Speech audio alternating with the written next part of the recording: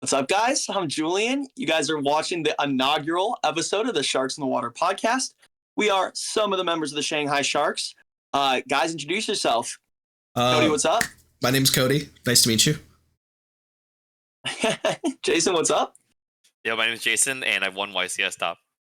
Nice. Hey, thanks for letting them know. Paz, how about you? I let him know. And nice flex, Jason. Nice flex. Hey, everyone. Ricky, what's up with you, man? Not much. Shice. There's a lag. So, this is something that's been in the works for a little while. Yeah. We decided we're going to try and bring a little Sharks action to the people. For those of you guys that don't know, we're a team of Illinois and Wisconsin players. We do pretty good around here. A lot of the fellas have some success, especially recently. So we figured we could talk about, current happenings in Yugioh, recent events, recent deck lists, break it down, and hopefully that's going to be helpful, useful to you guys. This is something we plan on doing periodically going forward, and this should be a good time. So, first things first, we're probably just going to talk about some deck lists from this last weekend of regionals after Richmond. Obviously, the 300th was huge. Do you guys have anything you want to talk about from the 300th? Well, Cody, you might have something you want to talk about from the 300th before we get into these deck lists. I got top 64 at the 300th with Draco Tail, Magistus branded, which I considered the best deck at the time. Yeah, congrats again. That one was funny. A lot of people were in the comment sections of some of our videos being like, what's the best deck? What's the best deck? What's the secret best deck that we'll talk about? And guys, that was what we thought the best deck was. But Maybe not, it It's is. still a secret. It's Loki still a secret. Maybe. Yeah, to be honest, man. Yeah. I uploaded that video People trying to don't explain how it works to people, and Yeah. it did not get that reception I thought it would. I thought people were going to be like, oh my God, that's how you do it. No, they're like, we Really don't not care. gonna fun. They're like, whatever. Not at all. I think people already decided that like Pure is better, even though it's really not. You get to play the GOAT if you're playing this deck, bro. You get to play Exciton. Exciton. You do. That was Something secret tech. That was secret tech. Yeah. We can certainly go over. How about, sort of the deck to beat right now, at least it kind of seems like. It didn't win any of the 300 YCS, but it seems like it's still one of the most represented, most powerful decks is this more standard branded Draco deck. From your guys testing and from the list you've seen and stuff, do you guys think that 3 Ecclesia has become the standard, or do you guys think this is still kind of some new, not new, but relatively uncommon way to play it? I personally like siding the 2 extra. I think. I think it doesn't really matter. Like now that it's known, people are gonna play around Exciton, right? Sure. Yeah. Like once they see 2 level 4s, especially from Ecclesia, they're gonna know to deal with it. Yeah. I know sometimes. Yeah, I wasn't really sure if there was much value add to special limiting Ecclesia in this style of deck. I'm not really sure if the special limited body actually produces much value, whether it's in the hand or whether it's on the field. If your Exciton's out on a stick. Mm-hmm. Plus, it's not playable into Secretariat Dragon, which is like the card you're supposed to end on. It doesn't even really pair with like Fallen in the Virtuous, because Flame, obviously you do, trading with the Flame is good enough, but you're Fallen in the Virtuous, It's iffy. it was not guaranteed to do it anyway, but that's what you were going for. So I'm kind of with you guys. It doesn't seem like it comes up too often in the mirror, but I could also see a world where it's not even really for the mirror, because that's still not that common of a deck. How about? I was not at the 300th. Cody, you obviously were. A lot of people are playing this deck. At the same time, it's like a lot of people were. Mm-hmm. Even though I wasn't there, it's based on representation, right? From the Julian Kahn beat me without even using Exciton, so I kind of got smoked. Yeah. No, but one problem we found was when you summon the if you try to do shit with Wildbaz, it's like not really a real push going second. So Exciton makes it a real push. That's like one thing to like. That's like definitely one pro for it. So as far as right, like in the event that you go. Oh no, go for it. No, go. I was going to say, as far as Draco Tail goes, then, so do we still think Draco Tail Branded Magistus is the better version? By far. Yeah, it's hard. It's hard to look at it any other way. I mean, that's the version that has seemed good to me. It's the version I did my own little thing at the case tournament last weekend with it, and every more standard Draco Tail deck. I mean, it was BTA, man. I went second, didn't really matter. I just cooked them. Just win. It's definitely the way scarier deck to go up against. Harder to interact with. They've got more pushes, more things to watch out for. Yeah. In theory, it's less consistent. Feel like discard specialist. I suppose. Yeah. Speaking of other decks, yeah, it's definitely hard to say. I mean, it's. I mean, we just keep talking over each other. Okay, we literally just keep talking over each other. Yeah, that's fine. It's gonna happen. Yeah, we'll just get a good rhythm for it as we go, Jay. You know. Yeah, that's fine. Okay. I was gonna say like that the Magistic deck basically cuts down on the quote unquote worst cards in the more pure versions of the deck to make them room for the Spenta and stuff, because all the pure quote unquote are playing like multiple Urglas and multiple Pans, whereas you can get away with fewer count of those and replace them with Spenta, which is like a higher value card, right? Yeah. I've played Draco Tail for months and months, and it's like, there's been many times where I wanted multiple copies of those cards, but man, it just feels really bad putting a card that isn't really a starter, isn't really an extender, isn't really an eruption in your deck. It's like some third thing, or some fourth thing rather. And so I'm personally thrilled to not have to play as many of those guys. If I had it my way, I would cut Frixel. Like, I don't even want to play that thing. So,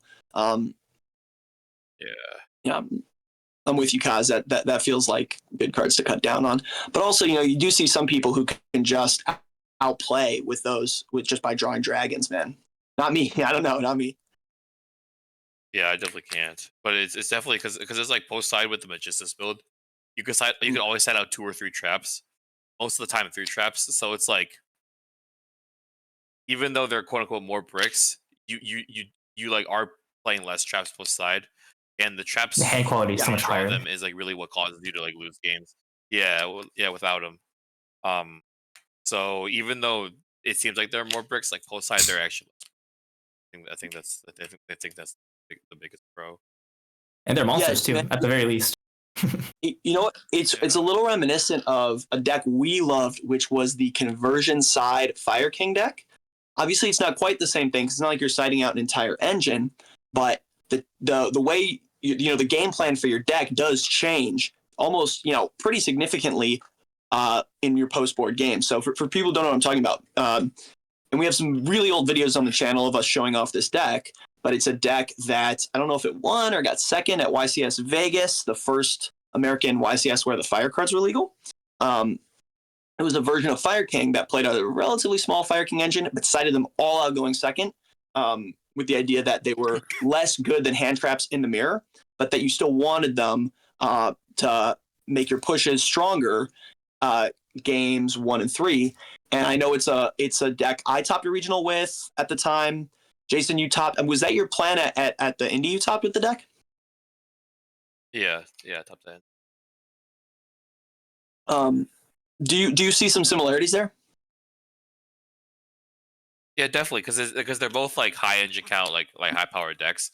Like post side, you kind of set out the bricks. Like post side, we set out the FK cards to the mirror, and like this time we just like pick out like we just take out all the bad cards, right? Like all 3 traps, Frick Soul, the Zoroa sometimes.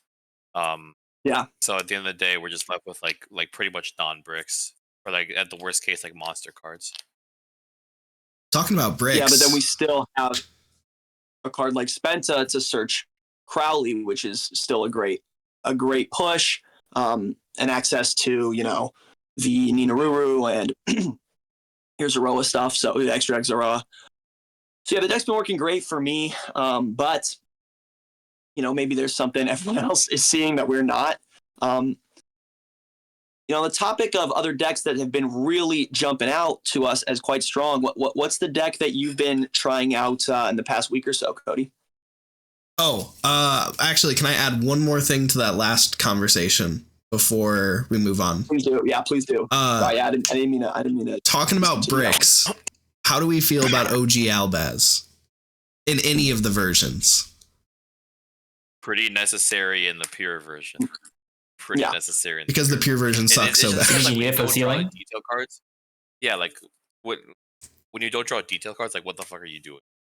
Like X. you're not bridging or doing any spend to stuff. So like I feel you just need the sealing.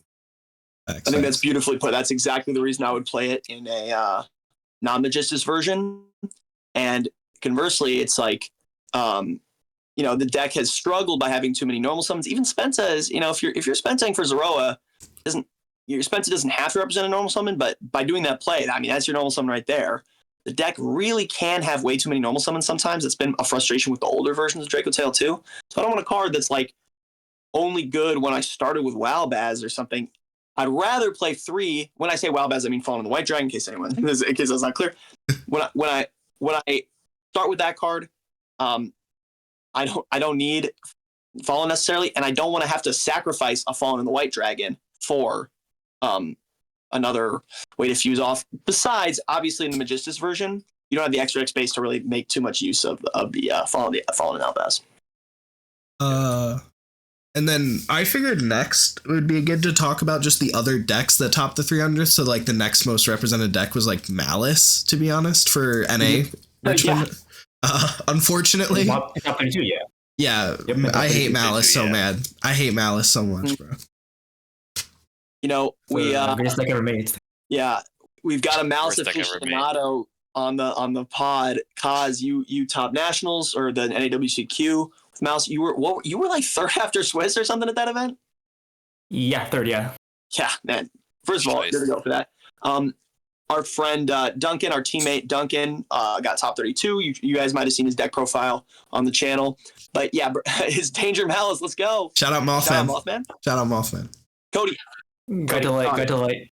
Explain to the people what this little discourse around Mouthman was. I don't think everyone necessarily is in on it. And then after that, Kaz, you got to break it down. Cody, you get started though. Yeah. So for the Mothman, Duncan, me, and 2 other people were traveling to YCS Richmond, and we decided to drive there from Chicago, which is a terrible drive, by the way. But it's so fun when you go to these events with your boys. So if you've never done it, you should really just do it. Anyway, we decided to go a slightly longer path that stopped in West Virginia because I wanted to go to Point Pleasant and stop at the Mothman statue. We have pictures from it. It's awesome. We got to the Mothman statue at like 4 a.m. There was like a couple police officers around and they were like just looking at us. But we got some pictures with the Mothman and Mothman guided the way. So Duncan and the 2 other people ended up putting Mothman in their deck list as the 15th card because they couldn't figure it out. I didn't put Mothman in my deck list, and that's why I didn't get top 32. Mm-hmm. I think it's really that simple, obviously. Now, according to Duncan, apparently he didn't even get to draw it ever, which is tough because, realistically, Mothman is not that bad in Malice. Like, this card is actually... It's an extender. It's an extender. Reasonably good extender. There have been times... It's a consistency card. I know, Jason, I know, especially maybe during YCS Orlando format, there was a time where people were playing Metaltronus, and they wanted a card that they could negate Murakumo with, and were playing Dangerous Tsuchinoko. Do you guys remember that version? I do, actually. I was testing a version with Chaotic Element that would search Nessie with it. And then you would use the Chaotic Element effect in Grave to take the detonation. What? This is the first time I'm hearing about that. That is raw. That's actually so sick. I wish I'd known about that earlier. Wait, that's what? So cool. That's awesome. Yeah, we tried at the start. Yeah, dang, that never saw the light of day. Obviously, I can see some flaws in it. But when you say it out loud, it sounds broken. It's because no. It's a very much a theory thing. We still couldn't beat the Murakumo and everything after. Yeah, that makes sense. Yeah, at the end of the day, it was just more efficient to play hand. So, Kazuma, how do you feel about how Malice is positioned in this format and how it did at the YCSs and how the lists looked and everything. Well, I mean, I think Malice takes advantage of a couple different things. Oh, first of all, it can play the best non-engine. We got Shifter, we got Impulse. It can also play a lot of non-engine. If you like, you can. This list is playing 3, 6, 9, 10, 12, 15, 16 non-engine. You can even play more if you wanted to cut the Bystials, or if you want to cut down on alert. You can just play. It can just fit so much non-engine, and especially when people are playing decks like, say like Dracotail branded, that a lot of the times the deck will normal summon something and threaten to get to a way to a fusion spell or like a fusion effect, I guess, and then that loses to Impermavailer, and then they use a fusion spell and that loses to Impulse or Ash, and so if you just simply draw 2 non-engine, half the time you just get there. It's not even that unrealistic to shut down decks like branded Dracotail, and especially when there are also decks flying around like Radiant Typhoon, like that's kind of bricky and doesn't have that many starters. Playing high end, play a whole lot of hand traps is pretty effective against. And I think it also kind of helps that the 2 best decks, or 2 best expected decks, were Radiant Typhoon and Dracotail, and neither of them can really play, or neither of them play into Nibiru, so that no one's siding Nibiru, and then Malice can just send it. Facts. Yeah, I mean, I know it was discussed a lot, right after the 300th when people, I think, some people weren't as surprised. Like I remember, obviously, I knew some people were taking Malice to the event, and they ended up doing okay.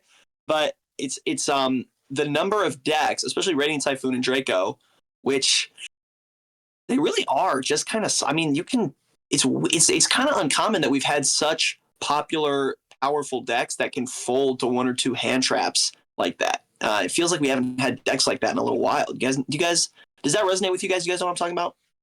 Yeah, yes. But I think that's not going to be the case going forward, though. Yeah, you kind of saw that with the deck that won the YCS, a Kamal's deck. That deck is never passing to 1 or 2 hand traps. That deck's insane. I mean, really, any Emmy variant, is never passing to 2 hand traps. Yeah. And Vegas Soul, another deck that like just pushes through infinite, right? But it feels like into Yummy, it feels like you have to draw Fua, like if you're playing Malice, and otherwise it's going to be very, very tough if they open like a name. Yeah, like that checks out, or like a Fua, yeah, something like that. Yeah, I think the reason why at these events the hand trap approach did so well, honest to God, is because people were playing bad decks. Like Radiant Typhoon, there was infinite Radiant Typhoon players in the venue. 6 of them converted. Infinite Radiant Typhoon players. And how many top 32, Cody? Look at that. 6 to 1. Yeah. You're kind of talking crazy, Cody, but it's like at the end of the day, it's just empirically true. This is just what happened. A lot of really strong players who are almost guaranteed to top. Take a look at Jib. Take a look at Philipp Weidinger in Germany. This is not to discredit these guys at all, but they're obviously amazing high level players who took Radiant Typhoon and didn't have their usual success. And now, obviously, those guys know something I don't. I'm not, disrespecting. I'm just saying, like, I know personally, if those guys always top, it couldn't have had nothing to do with the deck, And even if your game plan is to go to a YCS and play perfect every single round, never make a single mistake ever once, is that reliable now that we have all these rounds of Swiss, man? 15 that rounds. Just seems like a deck that can really set you up for failure. Like a deck that's hard to win a ton of rounds with.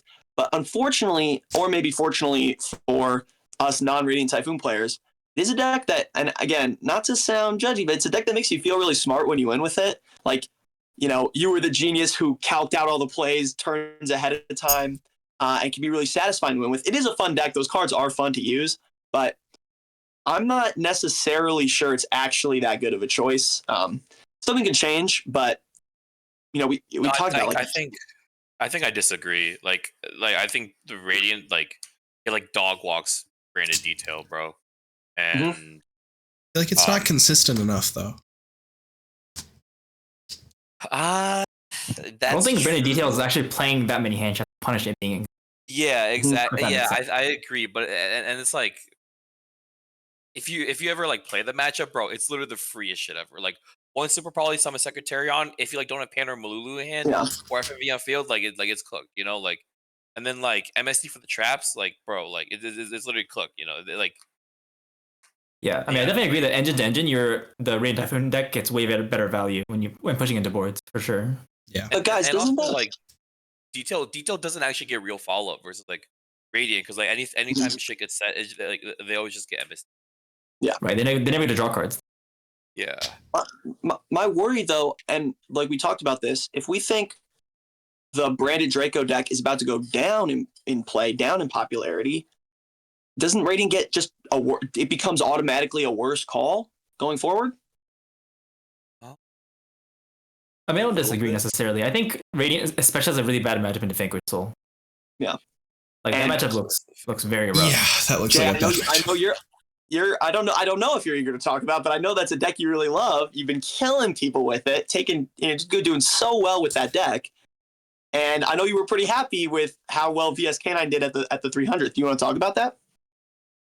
The deck's crazy, bro. Deck's Yeah, crazy. maybe it's that simple.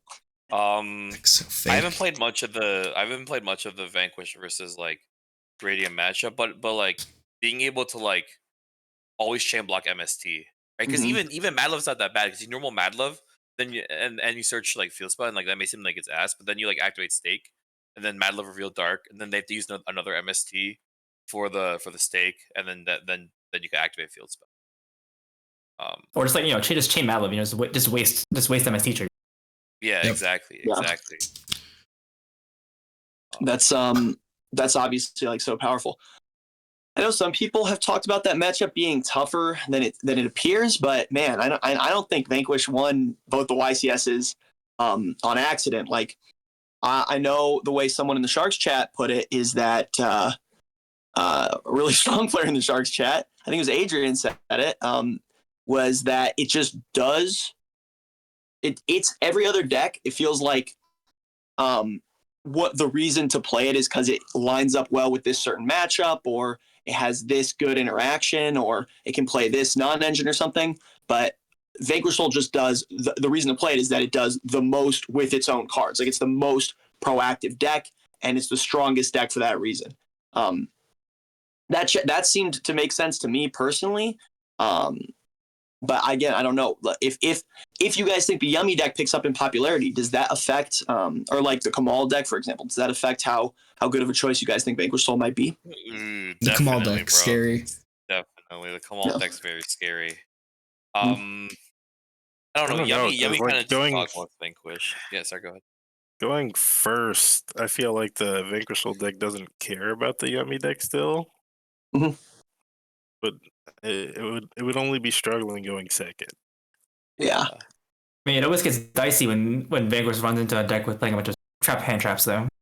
Yeah, it's the trap hand traps. But are they even playing it in the Radiant Typhoon version? Oh yeah, they're not playing the Radiant Typhoon version. No, or maybe more the pure variant, or the Fiendsmith variant, or the Sulfur Cord variant, which are also popular as well. I mean, we've been kind of singing the praises of the Fiendsmith Yummy deck.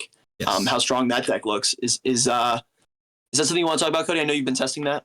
I love that deck. I think Julia Schwarzkampf's list is really close to really good, and I'd recommend getting his masterclass if you like him. But I think that deck has some really, really cool lines. I don't know if it's the best version of Yummy, but I like how it is literally 20 non-engine, 20 engine, and then you side out all the Fiendsmith cards going second, and it is like 25 non-engine going second. I'm a real big fan of non-engine, so that's kind of a big decider for me. Yeah, I mean, this list, what is this from? This one's from the Vegas regional. This one has 21 non-engine in the main deck. Yep. Snake Eye numbers. Shout out Snake Eye format. I feel like I hard disagree. I think this deck's complete garbage. I think it might even be unplayable. It might even really feel, Jason. Hey, didn't we go 50-50 though? Didn't we go 50-50 though? No. Okay, we went 50-50. Okay, we went 50-50. They won. But like I feel like I scooped some games that like I had one. Right? Shouldn't scoop then. Shouldn't scoop. And bro, Jason, I was early for no reason. You never do that. True. No, but like I was literally playing 3 Chaotic, 3 Naroi, and I was and like Jokos and 2 Lanterns. So I was literally maxing out a Canine package, right? And we still went 50-50. Like it should be like 70-30 or like 80-20. The fact that it went 50-50, like it's low-key a red flag. Well, yeah, I was day one. I was day one. Numero uno.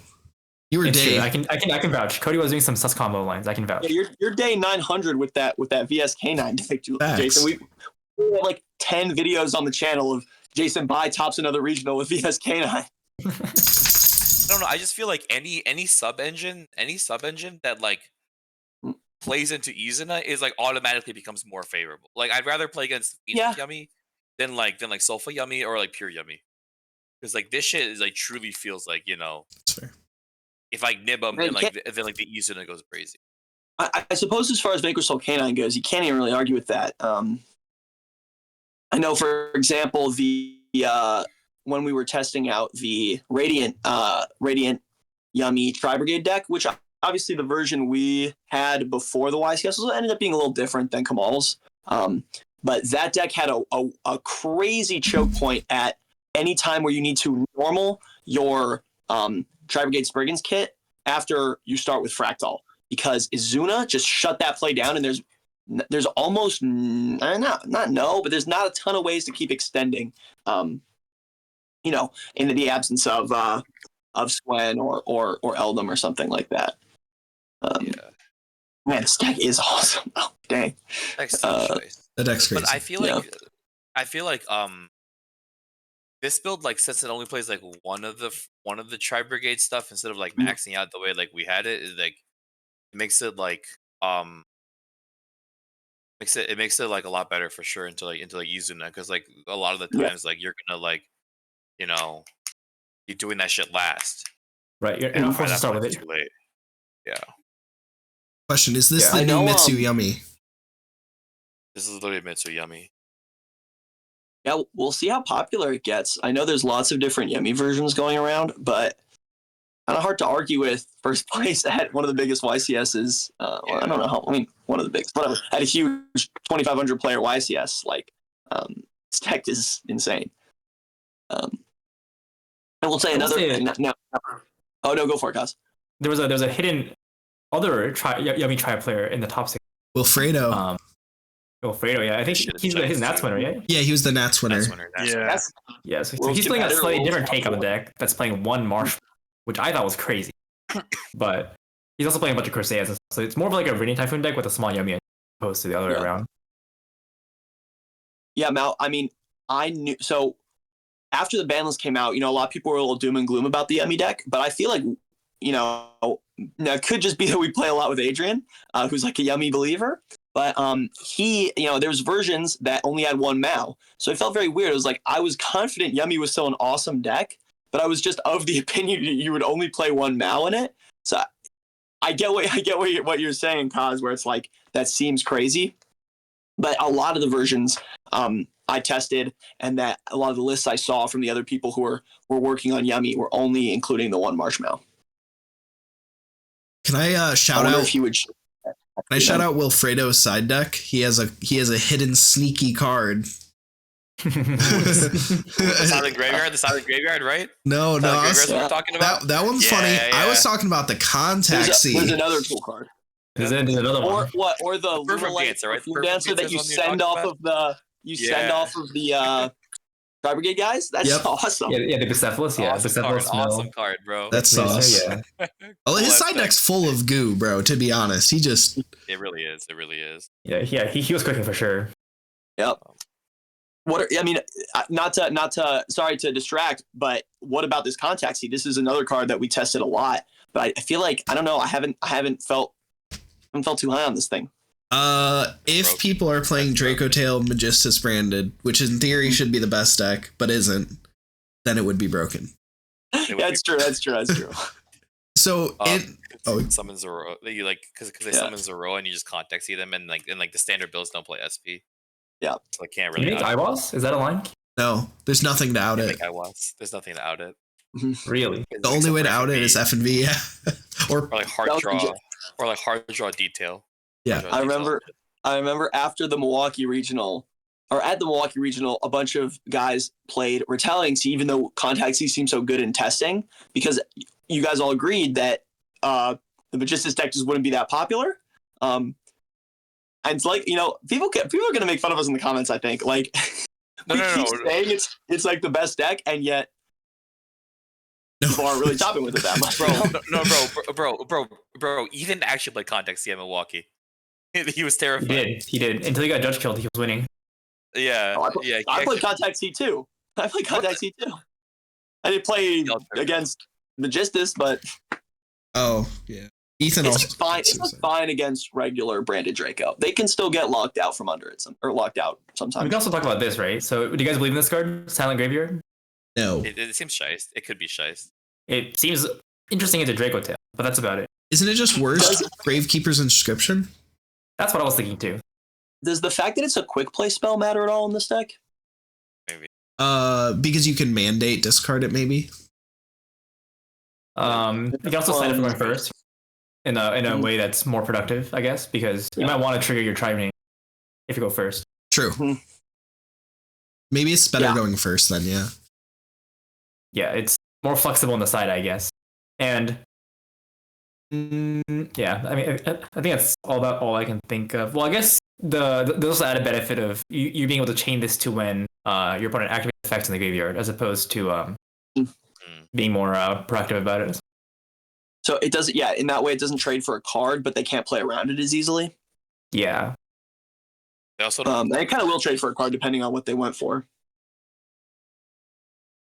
Yeah, I mean, that card does seem like it could be pretty good. And especially in a world where there's a lot of Fallen Virtuous going around, game might go long. They're trying to trigger an Albion effect in the grave after FNVing you. I mean, there could be something to it. I don't know. That's like also one problem. What was that? It also pairs better with droplets. Quick play spell. That's also true. I will say in a way it kind of not doesn't, but it's like it is a very card intensive. It's two very card hungry cards. Like the fact that you got to discard for the Silent Graveyards, well, it can be. I mean, it's probably not too bad in this deck, but it can be a little tough. And the fact that Droplet wants a bunch of cards too can be, at times a little tricky. That was a card. That was a card I was super low on. Was Droplet. But I wish I played Droplet. Drops is broken, I think. Yeah. Broken. If you're playing any kind of spell deck, it's broken. Yeah. Which is like, but it's like interesting because I feel like DT could play around droplets. Like I feel like they just aren't supposed to droplets first, or like DT's not supposed to flame first, right? Because like if your opponent's game plan is to use droplets to like negate like the Ecclesia Synchro or negate some shit on field, then like they're gonna want you to like flame a spell and then they chain droplets. Like if you like hold flame to some it's like very late, or if you hold flame for like specifically like a continuous spell, you could definitely like play around droplets, like minimize the damage it does. Weirdly, you can flame the droplets itself sometimes because they'll telegraph that they have it. So for example, against branded, my opponent goes Chainlink 1 Branded Fusion. I'm like, okay, because it's like obviously I'm not going to flame that. He goes Chainlink 2 Fallen. I'm like, the only reason you'd ever chain the Fallen here is if you think you're going to droplet me for all my money. So I'm just going to let that resolve. He's like, oh, crap. He was expecting, like, for sure I would, after he saw that Fallen, I would fight with the Flame. But then he plays for a little while. He ends up having to use the droplet without having those two cards to send away. And the Flame just stopped the droplet and it was GG. So there's definitely a way where a long-held Flame or just being patient with the Flame in general. Yeah, that was also true in the last format. Like, a lot of the time, if someone was struggling with Draco versus Mitsuyami, there's almost like not a hard and fast rule, but just like basically never use it on something where you can lose the interaction. And it will just work out way better every time. Yeah. There's definitely a lot of interactions like that when it comes to playing as Draco Tail. There's like, I think this comes up sometimes when you're playing Radiant Typhoon with Super Poly into Draco Tail, where if they realize you're on Radiant Typhoon, then they tend to use Horn relatively early to get the draw, just because the value of Horn is so low in that matchup oftentimes. But if you do that, your opponent can chain Super Poly and eat the Horn target, and then they deny a draw. Their Super Poly resolves, obviously, so they can get some value that way too. So, especially because the Radiant Typhoon deck will windlock fairly early into turn oftentimes. Forcing them to use their Super Poly in a weird way could come up sometime. Yeah, like in the Radiant Typhoon matchup, it's weird because you just have to hold your traps forever until they like MSP them. Yep. The secret is that's how a lot of Draco Tail players should almost be playing the deck. I think is like you just basically never flip them up; they start sweating. You know, it's not so simple, obviously, but yeah. I agree with you though. I think people are probably I think people are a little bit trigger happy to begin with. Yeah, exactly. People are I think people are trigger happy like in general, playing any deck, not just Draco Tail. I think that's just a common thing for players to want to simplify the game state. Yeah. Mm-hmm. Especially sometimes when you go first, people just like want the game to be over, you know? Even high level players do that sometimes. You know, they'll say it's with respect to time or something to try and get the opponent to scoop quicker by showing maybe some interaction they didn't have to show. But at the end of the day, I feel like that's probably very rarely worth it. Yeah. Yeah. Were there any other decks that topped that were interesting? Vanquish Soul. I want to talk about this Vanquish Soul list. I'll talk about let's do it. Mario D'Amico. Yeah, the double border technology. And Diego, because they both didn't play chaotic. Just like the big standout thing. Yeah, that is crazy. It is. The reason was because like it loses the Bell and everyone's playing Bell. But I think we like me and Ethan tried it, and it actually makes this deck lose to like low impacts more, because you know like Mad Love Raisin. Yeah, Jokel's broken. Because Loki like Mad Love and Raisin, they're like the same push, right? Whereas like Raisin plus Chaotic, you know, they're gonna ash the Chaotic, and then you normal summon the Raisin. You know. Yeah. And like I know we're that's talking that's a great point. I'll admit when I saw no Chaotic. Yeah. So that's interesting. Like there's also the other aspect of it, right? So if I open like stuff, yeah. If I open like Ash plus Imperm, my opponent normal summons Raisin, I have to think a little bit. You know, like because if I Imperm, I might just get sacked, right? Whereas if I Ash, I don't get sacked, and then my opponent activates Chaotic deck. Like, oh, I guess I lose. Or if they activate Stake afterwards. Yeah, then it's cooked. No. I feel like this deck definitely has the high ceiling. To a certain degree, I think it's fine to overload your deck with all cards that lose to, because your opponent can only activate one Ash. Yeah. Unless they play Purge. Which that's how why the trap handships go. Yummy moment. Yummy moment. They got Ash first, man. They got Ash then Purge. Or Impulse in Kaz's case, because some of these are also getting cooked by Impulse. Yeah, shout out Malice. Yeah. Was there? Yeah, man. I know Rocks was something you went back and forth on, Jason. Do you still have you been liking Rocks, or maybe what was it you replaced it with? Oh, Rocks? Yo, bro, this card's never getting replaced. This is looking the best card in the extra deck. This card's the Liger out. My bad. Yeah, it's the Liger out. It's the Liger out. No, but it's like this card, like you would like summon Caesar and then attack over something, and then you like make Rocks to then like out like another problem card. You would go like stake your soul for Caesar or Sue summon Caesar, and then just go battle phase out something, or making like a push. I was playing against Leo testing, and like I fooed him, and he ended on like a damn near full Radiant board with Ash and Droll, and I won through that board because I was able to rock spade out like the Varun monster negate. Wow, I've seen some truly cursed lines because of Vanquish the Rock. They'll do some things where they have like Rock of the Vanquisher and like a couple bodies left over. I'm like, nice. They can't go Surge anymore. They can't bridge anymore. Then they go battle phase, swing into nothing, overlay the rocks on top of the rock, and then make the Surge afterwards because now it's a link material. Oh my god. Oh wait, that's kind of fire. I never even thought about that. Holy shit. Wait, that's so fire actually. Yo, there's some truly forbidden lines. Forbidden lines you can do with that card. I'm doing that at Rosemont. Wow, that's okay. Producer, man. I'm doing that at Rosemont. Yeah. Yo, only if you pass the deck check, bro. True. Hey, I'm not deck checking this time. that deck check. Yeah. The card I wanted to ask about was Zenmayo. In the past, it's felt like there was just no reason to play this necessarily. He's like, your deck was so good into Draco Tail to begin with, you didn't really need to force the back row out. What's changed? The deck was also less spell reliant. Yeah. It was less normal summon reliant. I don't know. And I less still spell think this reliant. card's okay. You just hard open Jokel. It's You get there. okay. Because there's low-key nothing to make against Radiant, which is like, when It makes a lot more sense. That makes a lot more sense because in my mind, I'm still thinking, what are you doing? Popping my horn and my flame that weren't going to get used anyway. Can you not use sometimes the you Wraith probably just Hexen make deck? it. You can, but I feel like this is better. Okay.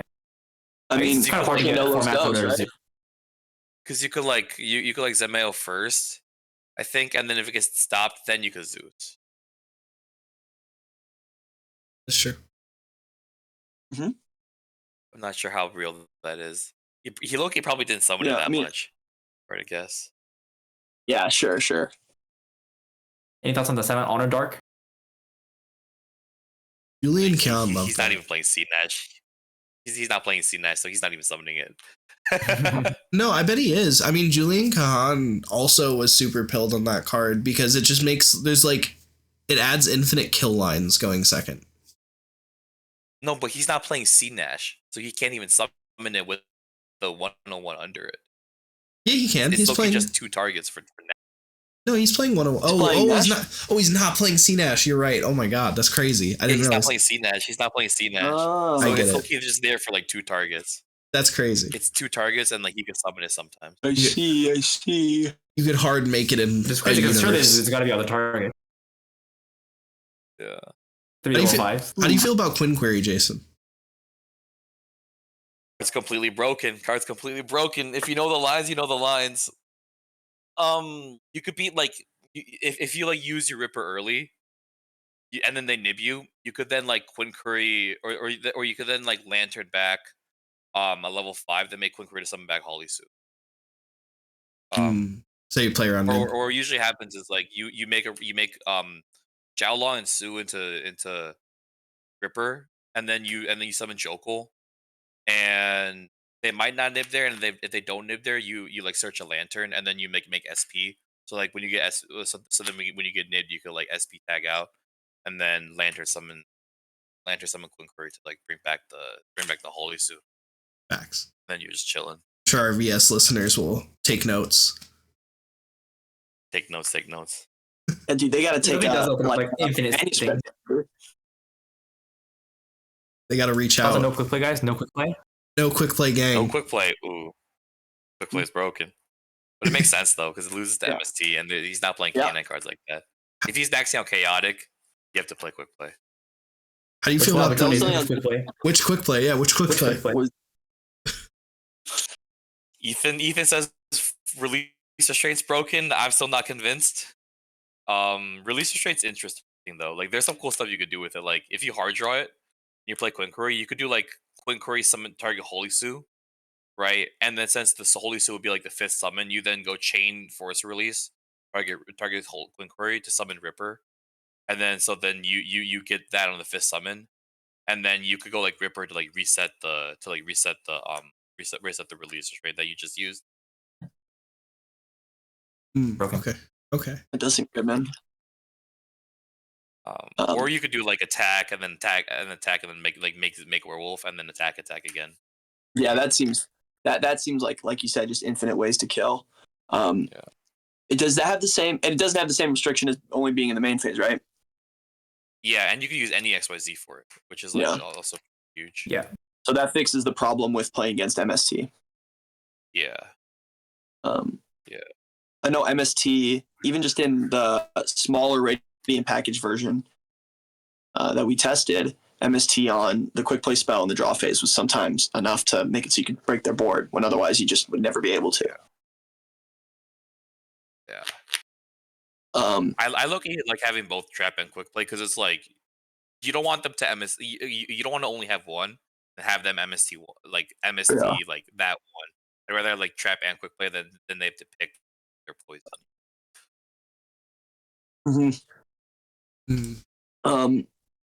I know we've talked about most of the meta decks. Oh, do you want to talk about? You guys want to talk about Oath and stuff? Well, there's like infinite or do we get enough to talk about? I think. Yeah. Like that's fair. Also for like the Vanquish with it. Like are we playing a bunch of Mad Levs? Are we playing Noroys instead? There's always Prosby, no Prosby. Yeah. There's infinite things to think can see, lots of different versions do well in the Vanquish Soul deck. Even though it did seem like the one Noroi, no chaotic stuff was what was winning out at the 300th YCSs. Yeah. What other decks even do we have? Lunalight. Do we even need to talk about that deck? I mean, it is what it is, right? Hey, if you're playing Lunalight, I'll fashion that, Jason. You can't say it. Yes, we can. You gotta edit that shit out, man. We have to edit that out now, Jason, bro.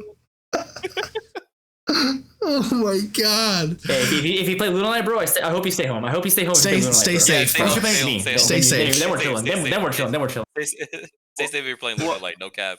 I'll admit, guys, this is one of those decks where I just don't like playing against it, so I literally have no idea how to play against it. And you'd think I would have learned my lesson. I have lost to this deck so many times at important tournaments, and it happened again this weekend. I've officially my end of February resolution is to make Gabe teach me how to play against this deck. Facts. That's a good resolution. Very simple, bro. You activate Imperm on this card, and then you activate Imperm on this card, and they pass. Yep, it's over. Facts. Yeah. And then you pray. Well, not all of us, Kaz, are drawing Imperm, Impulse, Mag, Dormouse, so...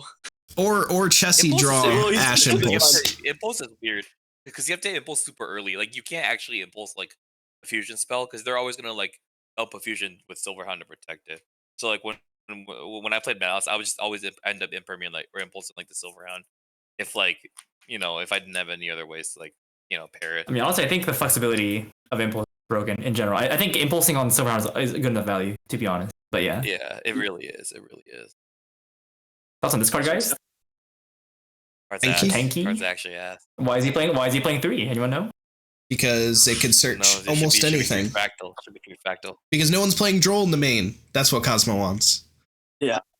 Well, it's just you play MST in the main. You play MST in the main. What about Mystical Space Typhoon, man? I feel like I saw a lot of people leading up to the event, not like really talk about not wanting to play tanky in any deck that involved the Beast Warrior strategy. Yeah. I think initially, very very early on, I saw people playing this card in Tri Brigade variants of decks, or this card in Lunalight decks, or so on and so forth, right? But I am shocked that this player chose to play. Obviously, they know something we don't. I think they just this player also just play hand traps over board breakers. Yeah, the hand traps is interesting. From my understanding, Lunalight just does draw unplayable sometimes, and Tenki can be an extender. And I think it's just so when they go first, they have playable and they can play the game. Because if they play the game, they win. I think that's what it comes down to. You'd think that more fractals would just not fix it, but could work in that direction without losing to MST, though. Well, Tenki isn't just fractal. Obviously, of course, but fractal is summoning a guy from deck. Strong. I goes without saying. Yeah, Fractal's pretty broken. It's also Tanky isn't fractal, but fractal leads to tanky anyway. So you're just playing 2 extra cards that you don't need to play. Okay. Yeah, I know. Just to comment on, you keep scrolling down, it jumps in my my line of sight. Man, dude, Denko was awesome. I forgot Denko existed. Denko's like a shice. I got my Denkos right here, bro. Yes, sir. I think I have German New Challengers Denkos. I don't think I would ever take them out of my Staples binder, but if I do, ooh, Mistaken Arrest. This is probably. Oh, sorry. Go ahead. Mistaken Arrest. How do we feel about that card as a going first card option for this format? So not talking about Mistaken. It's getting banned. Well, let me just say yes, sir. High five Mistaken. Can I go Duncan Tucker, bro? Can I make a sidebar about this, by the way? Mistaken is so stupid. Yeah, go for it. I was sitting next to Duncan the whole event because we both had VIP, and we asked the judges to sit next to each other, so they let us. It's called making a super table. Anyway, I watched Duncan play against Jesse Cotton. In game 3, I look over, 2 die-fis in his hand. It is what it is, bro. Game 3, he should have wanted it more. Die-fi, bro. Yeah. First of all, infinite recursion. The only person who I like seeing draw floodgates is Duncan Tucker. Unless it's against me, in which case it makes sense. But what do you guys think of this? Last format, now granted, I think where we were at Anaheim, and the list that came out kind of in response to that was a worse spot. I think this format is still super fun, and even though there are kind of some floodgates that are coming around, like, whatever, right? I'm still having a good time. Do you guys think there's a chance we'll see another sort of emergency list come around that comes and just bans a bunch of floodgates? You think that's something that they might try? I don't know. I don't remember there being that many floods around. Were there a lot of floods in top 8? Die-fi mistake. I can't remember there being that many. No, Yeah. I don't think there were that many. Yeah. It was just, I feel like Die-fi. I think the watch pretty. I feel like Die-fi is pretty. The watchability. The rest is too.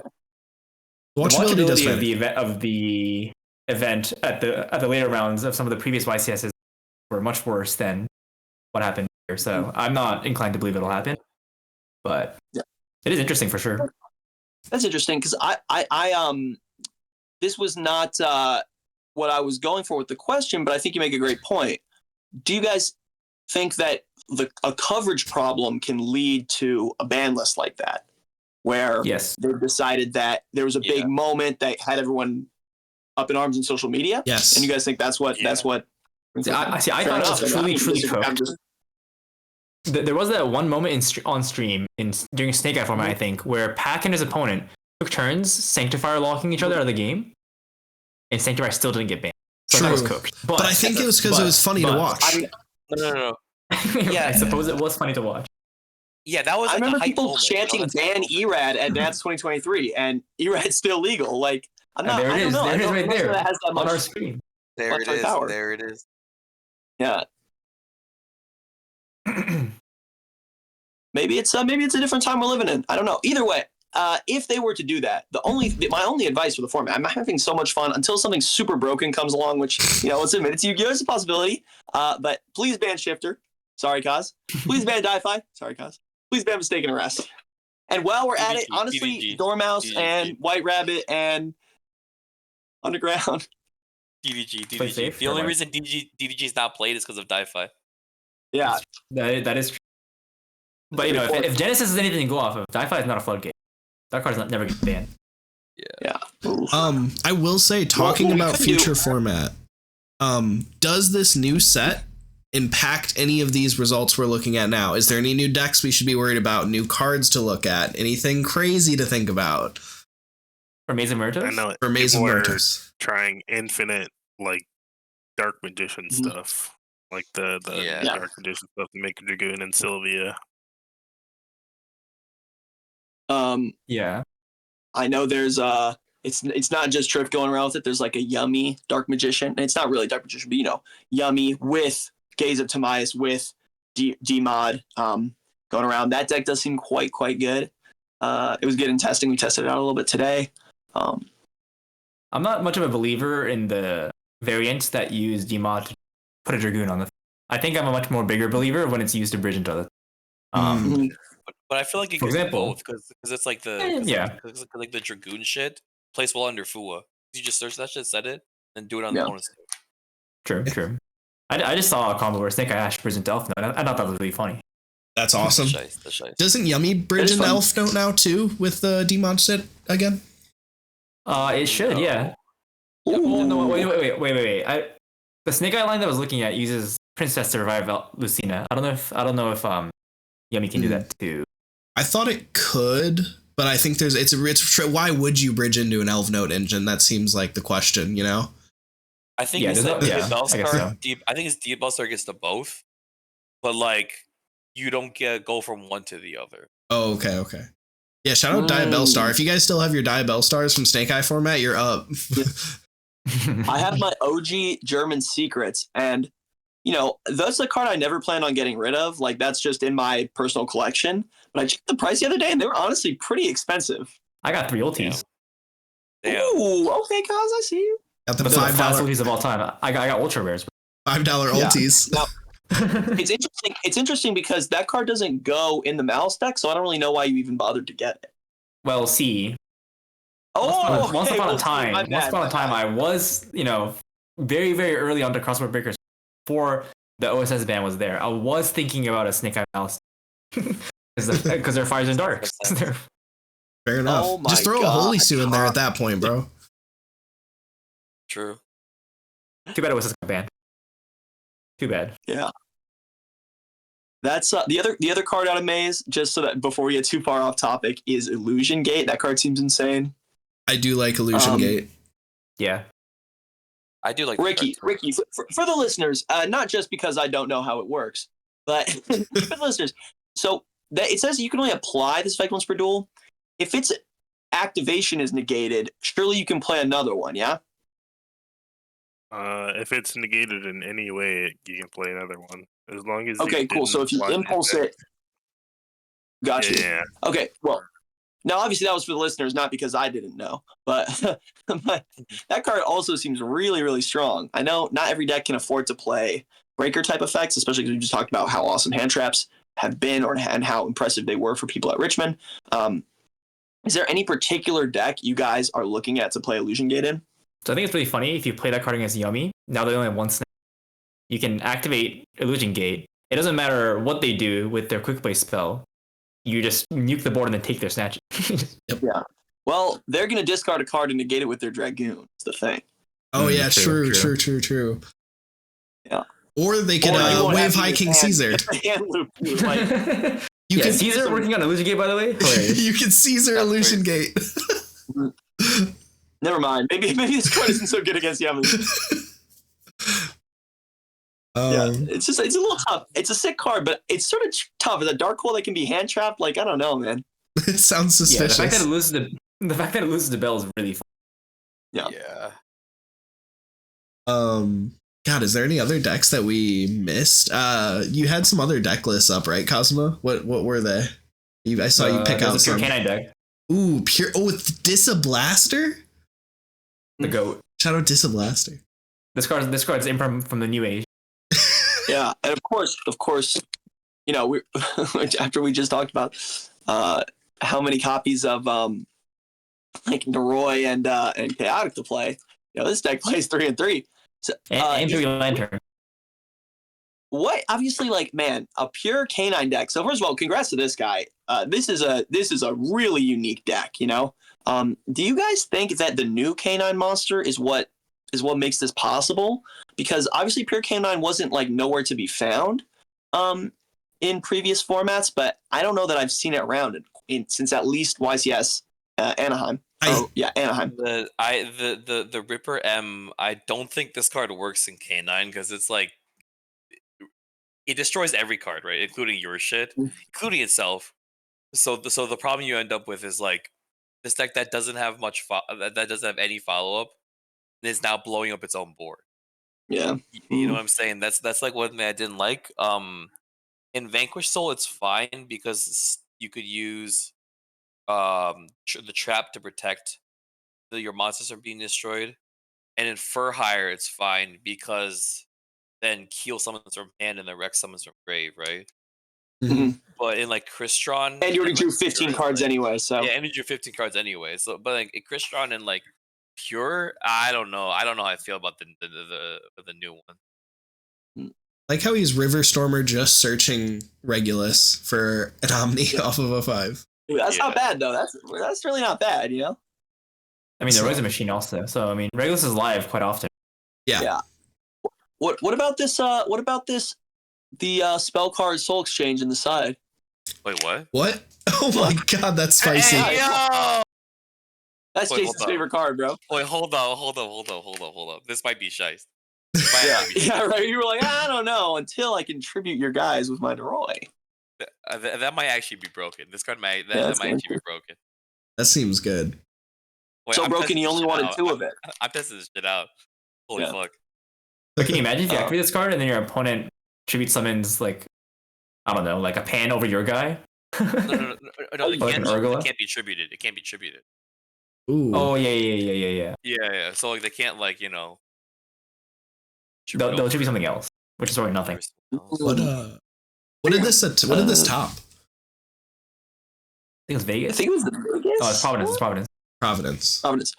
And that was a stacked event. I know Wilkin, LeBlanc, Joe Bogley, a bunch of the good East Coast players appeared to be at that event. Fraudulent Typhoon won the event. Double Lost Turbo won, yeah. Yeah. Yeah, I guess so, man. Yeah, I think Richard it's double- Serrato was there too. A lot of good players. Yeah, that's I know Wilkins' deck was a little unique. It looked like a Branded Draco Tail deck in the way that how Branded Draco Tail looked before Fall in the White Dragon came out. Do you guys want to call that one up? People I can't open tried it. to play at the beginning. can't. It's not on YGO Pro It's yet. not uploaded yet. I see. We can save that for another time. I saw the deck profile video a couple days ago. Here, can Aside from that, I mean, we could always look at the Nightcraft deck. I don't know if there's much to say about that. Ooh, Magnet Warrior Fiendsmith. From the Greenville regional. That one was like Rogue Yeah. Turbo. I mean, there's just no, that was unreal. It's a bigger one. Look at this. Yeah. Yo. Yep. Deuterion. Because there's just a bonding card and the card's pretty called Magnet Bonding. Yep. I like that they were like, you know who works with this stuff now is the freaking Sebastian support from 10 years ago. You guys know Sebastian, that side character from GX? He has a whole archetype. He does. It works with Magnet Warrior. No, wait, no, that's not even his name. His name is Bastion, bro. Bro, oh my God, you're right. I couldn't even remember his name. Yeah, that's literally not even. Hey, I got exposed. I'm a fake That's DX crazy. fan. Oh no. Crazy. Wait, this guy's playing Super Volley, but only 2 targets? Wait, how Kaz, come on, man. You don't know if he can fusion some of one of those other guys. What if his opponent ends on Valkyrion, the Magnet Warrior? This one's possible. This one's not. This one's Arth plus Rock. Yeah. Arth plus Nib. This one's not happening. Arth plus Nib, true. Arth plus Nib. They set a King of the Swamp and he's super poly. Yeah, bro. Yeah, but you know one of these guys, and then they chain Emperor and chain Super Poly, and you make this broken. Or like they nib That's you actually and crazy. they summon back the Arth. Yeah, I guess so, man. Broken. Like how do you? I heard this deck doesn't have any locks on. Is that true? It's pretty. Doesn't true, yeah. what? Doesn't lock you? It locks the opponent, sort of. Sort of. Is there an Earth lock or something in here? I don't remember there being an Earth lock. The only reason why I There's asked a is card. I was told that you can make 2 7s in this deck. Oh. There's a card that turns their guys into Earth, True. Yeah, there's like a funny, which is impulse lock hilarious you can do against for that. Yummy. I was playing against this deck online. Thought I'd had him cooked. I had Obedient School, Droplet out his nappies, out all his stuff, and I'm like, why can't I summon anything? Why can't I link? And I look, and the one guy I didn't Droplet was turning all my dudes Earth, so I couldn't make Snatchy. Yeah. It was fried, man. If you ever impulse against this deck, you got to be very careful. Yeah. Yes. Mm, You get locked out of the game real quick. Yeah. that's very true. I wonder if that happened. I wish I could ask this guy how his tournament went. Hey, if you watch the because it is video, It's this guy. post in the comments. Yeah. Can we check out the side really quick? Ah, yes. Okay. That's less exciting than the main deck. The main deck is the interesting part. Yeah. But yeah, I'm not seeing a lock on any of these. Maybe I missed it. I'll ask our resident magnet enjoyers. Because I'm just saying, if you can make 2 7s, that's Draco Sack, and you can do whatever you want after that. Oh, I saw earlier, Cosmo, you pulled up the Elven Notes Fiendsmith deck list.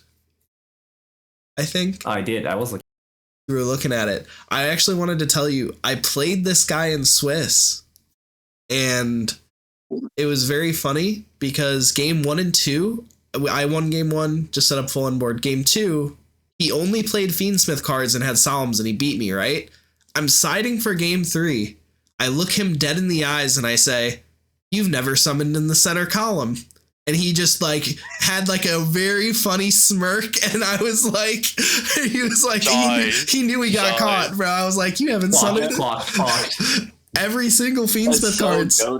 Avoided That's actually very good to know. If they know someone, if they're playing Fiendsmith, they have someone in the center column. Yeah, so if you play against Fiendsmith and they're real every time it's not in the center column, pay attention.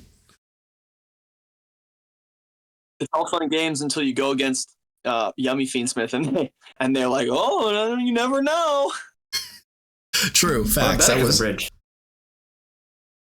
This like does too, but it's really fake. Yeah, it's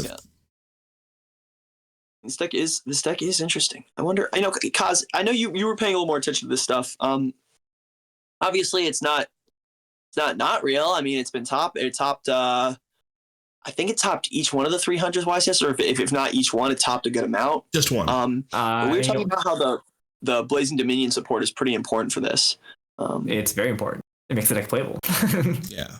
Did you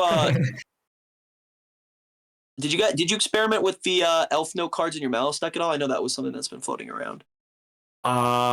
You can play 3 Lucina, and then it just adds an extra body. I don't really see the point of it. It's really hard to get it to bridge into anything cool. Mm-hmm. Not undoable. That being said, I don't really think it's worth it. And the cards, I don't really think they solve problems. Fair, because I figured what were you gonna say, Jay? Oh, nothing. Go for it. As far as I could tell, the way it works is you make Firewall Saber Dragon, which gets you to AI Meet You, and you already need a Dark for AI Meet You to search another card, right? So if you already had a Dark, AI Meet You just searches any by revealing the right attribute from the extra deck, so you can always add backup. Oh, of course. Sorry, of course. It reveals from the extra. I'm forgetting how the card works. Yeah. But that's not relevant as it's like more starters or anything. Well, the problem is that line involves committing your Power Patron normal summon, and any sub-engine that bridges by doing that, I don't really buy into. I mean, if you really wanted to, you could. No, there's a zillion ways to bridge into the Malice stuff without your normal summon. So why play something like that? It's going so far away. I'd rather play Reading Type. Yeah. And then we're approaching about an hour and 10 minutes in. Do we have any last things we want to get to before we close out the episode? If you're I just want to say, if you're playing Mistaken Arrest, make sure you activate it during the end phase of your own turn instead of waiting for your opponent's turn, especially against Radiant Typhoon. Facts. That's a great teaching, Ricky. Shout out # Ricky Knowledge. Yeah. In case they start changing things, No. The only problem with that is that if you needed to trade for a card, obviously don't do it every single time, but that's a great rule of thumb. Mine can avoid trading with all of their search cards because it's live until the end of your next turn. Yeah. Julian, you're looking at Digi Hoodie, bro. What you know about Digi Hoodie? Well, I'm pretty sure they changed the name. I think I don't know shit. They changed the name, dude. Nah, it's Digi Hoodie. Digi Hoodie. But they definitely changed Golgata. They changed Golgata. Oh, okay. Yeah. Oh, yeah. It's not even the same. Golgolet. I was playing around with this deck. This deck's kind of sick. Okay, dude, wait. So why is he playing the one under the Morningstar? I thought we decided that's just like turbo ass. Oh, the wing one. What's that for? I don't know. I'm gonna be honest with you. I kind of know what it's for, but it doesn't work. Like, it's just not good. I don't know. I don't think you should play it. Maybe I'm wrong. Well, what is crazy? Maybe there's a line. What is crazy is if you give your opponent one monster with this, your happiness summons 2. Facts. That's true. Oh man, happiness is insane. Wait, this should actually seem nice because it summons condemned or summons like the negates. Yeah. Shout out Lucas Saka lost to this deck at the YCS. Yeah, that's toxic. Extremely. Searching Crown was like crazy because I remember Searching like Crown is- because like I always had to Ash Golgata because I couldn't read Yeah. Searching Crown. I mean, this Oh is my crazy. This is crazy. That's But what's crazier is that's- the fact that this guy's whenever that not card- playing. Where's the green light, bro? Where's the green light? Whenever that card comes involved, you're like, because you can get just annihilated by our Agreed. friend Mike has been playing Gem Knights, and for a little while he was playing that in his Gem Knight deck. You ever been trying to like play and they use orange light and discard the Gem Knight Nephrim? that triggers sent to the graveyard? Yeah, it's turn 0. It's turn 0. It's Nephrim. a nasty comp. Yeah. All right, guys, that was a heck of an episode. Let us know if this was fun for you guys. Let us know if this is interesting. Let us know if this was helpful. We have lots of different ideas for the show, lots of different topics to cover. It's a bit of a weird weekend, to drop it. Obviously, it's not right after Richmond, but we ended up talking about a lot of stuff from Richmond. But we have lots more of these in the tank. You guys want to give us any closing thoughts? Thanks for coming. Don't play Malice. Don't play Malice. If you play Malice, Careful, Jason. You Stay use your safe. imagination to finish the sentence. Stay safe. Finish the sentence by yourself. Jay. I- Jason, you're in a friendly mood today, man. I'm excited for the 3v3 in Vegas, and hopefully we have several Shanghai Sharks teams showing out. So there's a chance you play us or our associates at Vegas. Same. Nice. I know I'll be representing, me and Duncan Tucker will be representing the Shanghai Sharks at Vegas. Swag. Damn. Me, Cosmo, and Darian will be Shanghai Sharks Team A. Mhm. A team. Oh my gosh. Wait, did I tell you guys that You are we tried to be the Shanghai Sharks last year? Oh, They didn't let us be the Shanghai Darren told me Sharks. that. Darren told me that, dude. So instead we were the Shanghai Penguins. Fuck Oh my that. god, really? Yeah, Yeah. because the Shanghai Sharks is like it's trademark. So they didn't let us do it. So we're like, I guess we're the Shanghai Penguins now. That Messed sucks. up. We were the B team. How's it trademarked? I swear we invented it. True. Curious. Wasn't our 3v3 team the Shanghai Sharks at that we won the 3v3 at Yeah. the side event? Yeah, you guys got away with it. I don't know how. Apparently they let us. Some dark magics. Because they knew we weren't going to be on stream. Yeah, right. Fair enough. Alrighty, guys. Hey, we'll see you in the next episode. Yeah, let us know if you liked anything, hated anything, we should change stuff. Let us know in the comments so we can try to adjust.